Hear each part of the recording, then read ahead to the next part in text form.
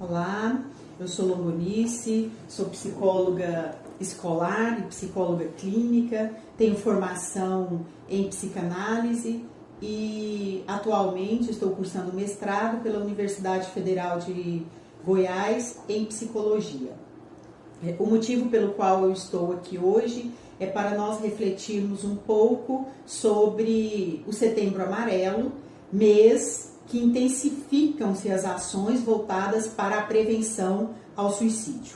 E para contextualizarmos um pouco o porquê de setembro e o porquê de Setembro Amarelo, nós vamos conhecer um pouco dessa história. A Organização Mundial de Saúde definiu o suicídio como um problema de saúde pública. Quando isso acontece? Quando há um número, uma estimativa elevada de casos de óbitos. Então, o suicídio foi considerado um problema de saúde pública, é considerado também pela Organização Mundial de Saúde um fenômeno complexo, multifatorial, então não é um fenômeno que ocorre por causas únicas, por uma única causa, mas por múltiplos fatores. Então, por isso, falar sobre suicídio é algo não tão simples assim. E por que, então, o amarelo?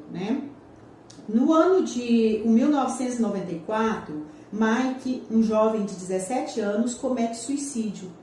E Mike era conhecido entre os amigos pela sua personalidade caridosa e pelas habilidades que ele tinha em mecânica. E por ser alguém que gostava muito da mecânica, do lidar com o carro, ele tinha um Mustang. E ele mesmo personalizou esse Mustang conforme gosto dele, então ele o pintou na cor amarela. E ele ficou muito conhecido entre os amigos por essa habilidade e por gostar dessa cor amarela. Então, quando Mike comete suicídio, os amigos no seu velório, eles produziram uma cesta. Nessa cesta havia um laço amarelo que era entregue às pessoas que visitaram o velório. E nessa cesta também tinha envelopes, também na cor amarela, escrita a seguinte mensagem: se precisar, peça ajuda.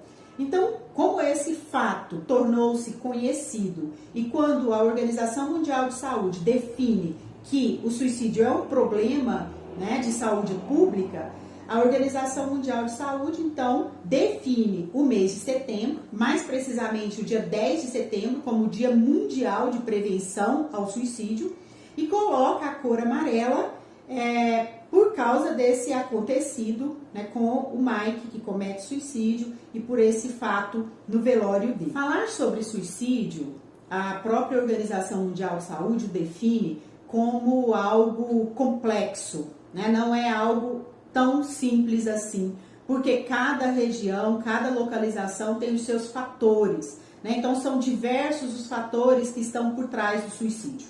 O suicídio em si é a ponta do iceberg, mas por trás do suicídio existem inúmeras outras causas, outros fatores que levaram o sujeito a cometer suicídio. Então o suicídio é a saída desesperadora de um momento de dor. Então, para Scheidman, a saída pela via da morte é uma saída do sofrimento e não uma saída, uma escolha da morte em si, mas a morte para a dor, a morte para o sofrimento. E quando a gente pensa que o suicídio é um problema de saúde pública, atualmente, agora em 2021, a Organização Mundial de Saúde publica dados relacionados ao ano de 2019. Então, como são os casos, eles são notificados, a organização leva um certo tempo para compilar esses dados.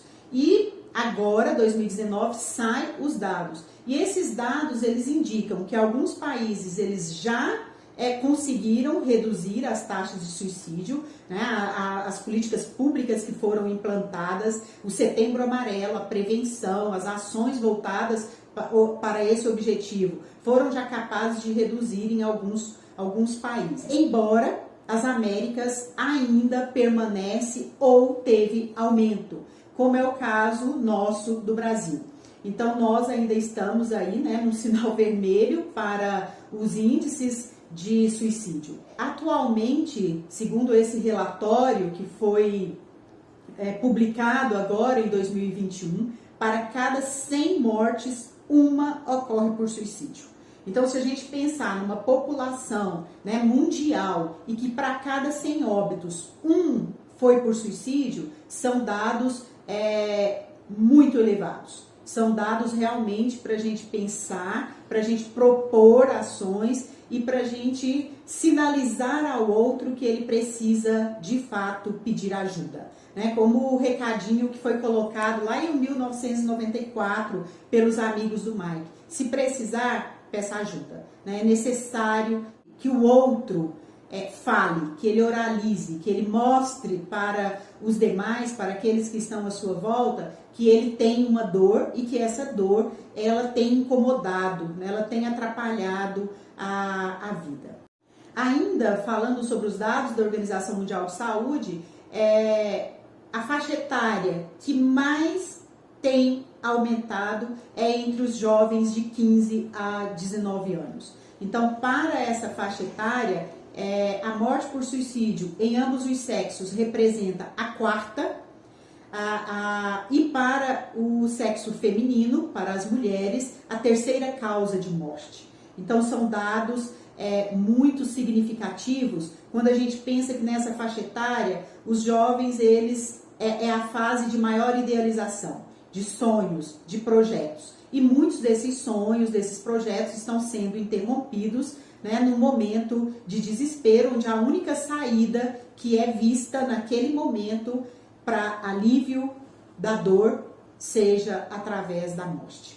O Neuri Botega, ele fez uma pesquisa por amostragem numa universidade em São Paulo e, segundo Botega, essa pesquisa revelou que os dados são muito mais alarmantes do que parece. Por quê? Porque quando é notificado, são aqueles casos que foram necessários uma intervenção médica. Então, o sujeito precisou ir até o hospital. Essa pesquisa do Botega revelou que para cada sujeito que procura uma unidade hospitalar, quando ele tentou o suicídio, para cada um desses que chega ao hospital, 3 tentaram e não foi necessário recorrer a uma intervenção medicamentosa hospitalar, 5 estão planejando e 17 estão pensando. Então, se fizermos uma associação com os dados da Organização Mundial de Saúde, que diz que a cada 100 mortes, 1 é por suicídio, então se a gente pensar nessa pesquisa realizada pelo Neuri, a cada morte por suicídio, 17 tem pensamentos, tem ideação suicida.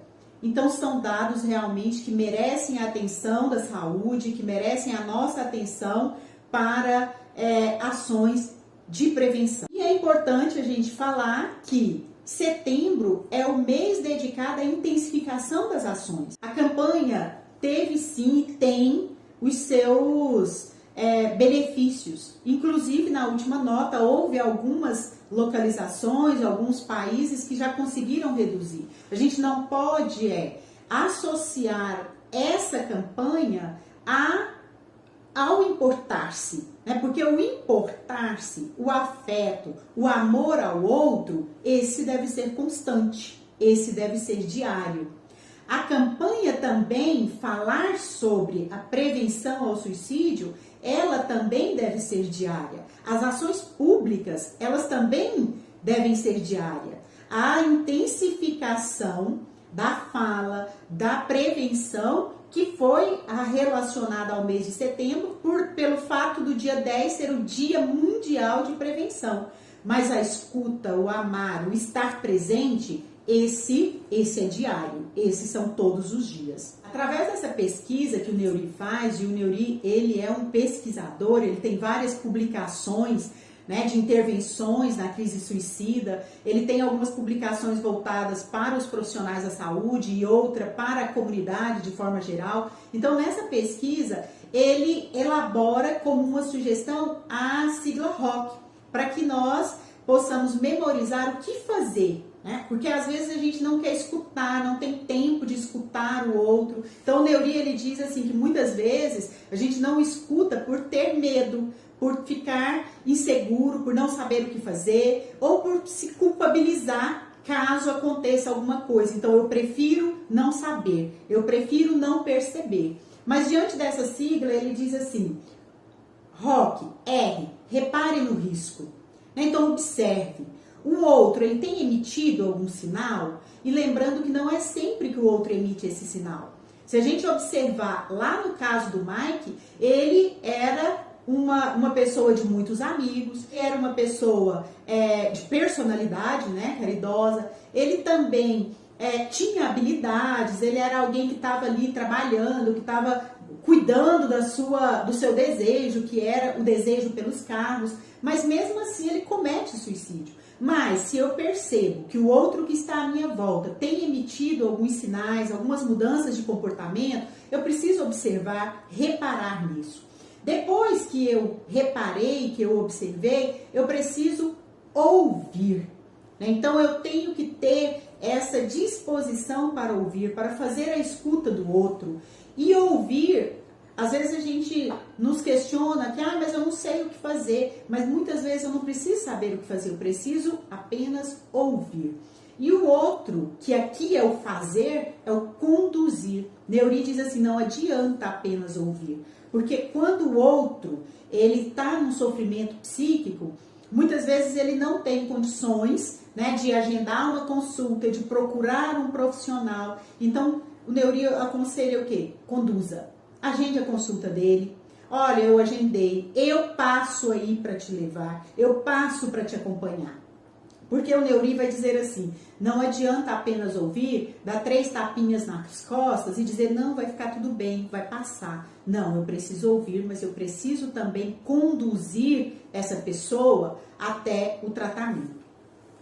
E a Fukomitsu também, ela vai dizer assim, ela tem até um projeto com esse nome, né, com essa expressão que diz assim, se tem vida, tem jeito. Então, nós precisamos as duas vias, a via da escuta, né, da percepção, do observar o comportamento do outro, mas eu preciso da via de pedir ajuda, porque muitas vezes, e em muitos casos, nós vamos observar que a família, que as pessoas que estavam à volta não conseguiram perceber esses sinais. Esses sinais, eles só foram observados depois do suicídio, quando esse sujeito deixa um registro, deixa um bilhete, deixa uma carta, e aí as pessoas começam a associar. E a morte por suicídio, ela deixa muitos resquícios, ela deixa muito sofrimento, porque o outro entra numa ilha de culpabilização, né, por não ter percebido. Então, estudos demonstram que quando uma pessoa comete suicídio, ela afeta mais ou menos 135 pessoas. Por quê? Porque são as pessoas que conviviam diretamente com esse indivíduo, com esse sujeito. Então, no trabalho, na escola, na família, entre os amigos. Então, essas pessoas que tinham um vínculo mais direto serão impactados. Então, por isso, existem, né, as ações para prevenção e para pós-venção. Então, o que a gente deixa aqui para cada um é que não carregue o peso da dor sozinho. Você pode dividir essa dor com alguém. E dividindo essa dor com alguém, da mesma forma, eu vou encerrar com a mesma frase que os amigos do Mike colocaram. Se precisar, peça ajuda. E como a Fukomitsu disse, se tem vida, tem jeito.